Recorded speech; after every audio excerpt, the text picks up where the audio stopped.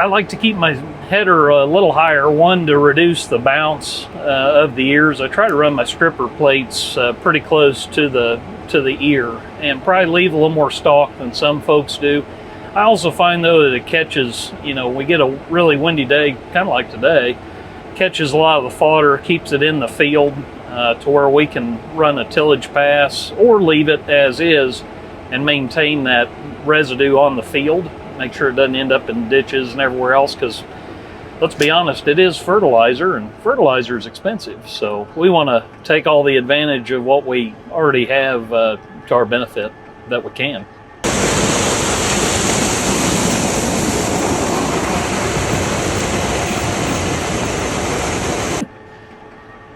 One other interesting thing about 15-inch corn is when you do run a tillage pass, because you don't have that wall of stalks, since you've got like 10 inches in between the stalks and 15 side to side, any tillage tool seems to work a whole lot better. Even just a plain disc with a rolling basket. I mean, that's kind of what we'll run in the fall, just because it's inexpensive to do compared to some other tools.